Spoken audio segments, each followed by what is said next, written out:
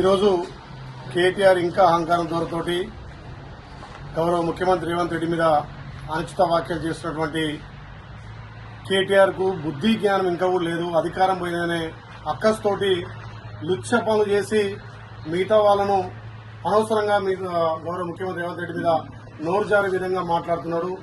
ఇలా నువ్వు మీ కుటుంబం లుచ్చ పనులు చేసి తెలంగాణ పరుగును తీసినటువంటి మీరు మాట్లాడడం నిజంగా కూడా సిగ్గుచేటు.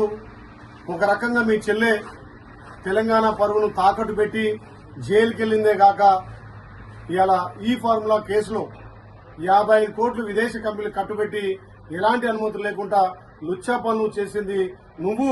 అనవసరంగా వేరే వాళ్ళ పేరు మీద నోరు జారడం నీకు సిగ్గుచేటు.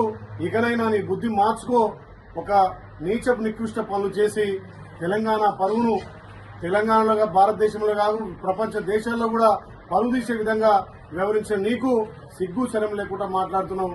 మా గౌరవ ముఖ్యమంత్రి ప్రజాపాలన ద్వారా ప్రజలకు సంక్షేమాలు అందించి మీరు చేసినటువంటి అప్పులను మీరు చేసినటువంటి తప్పులను ఒక్కొక్కటిగా సర్దిద్దుకుంటూ ప్రజాపాలన అందిస్తూ ఇలా ప్రజలను మందుతున్నటువంటి గౌరవ ముఖ్యమంత్రి మీద కేటీఆర్ అనుచిత వ్యాఖ్యలు చేస్తున్నావు. ఖబర్దార్ బిడ్డ, లుచ్చ పనులు చేసింది మీరు ఇలా తెలంగాణ పరుగును భారతదేశంలో ప్రపంచ దేశాల్లో ఇలా తెలంగాణ పరువును తీసింది మీరు. కాబట్టి ఇలా తెలంగాణ ప్రజలు మిమ్మల్ని చీకొట్టి ఇంట్లో కూర్చోబెట్టినా జైలు పోతూ ఇవాళ ఇంకా కూడా ఇలాంటి వ్యాఖ్యలు చేయడం నిజంగా కూడా నీ అవివేకానికి నిదర్శనంగా మళ్ళొక్కసారి గౌరవ ముఖ్యమంత్రి రేవంత్ రెడ్డి గారి మీద నోరు జారితే తస్మత్ జాగ్రత్త బిడ్డ.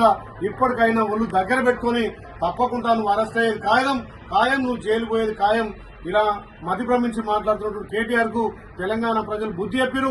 రాబోయే రోజుల్లో స్థానిక సంస్థలు కూడా మీ పార్టీకి మీకు బుద్ధి చెప్తారని చెప్పి హెచ్చరిస్తున్నాం.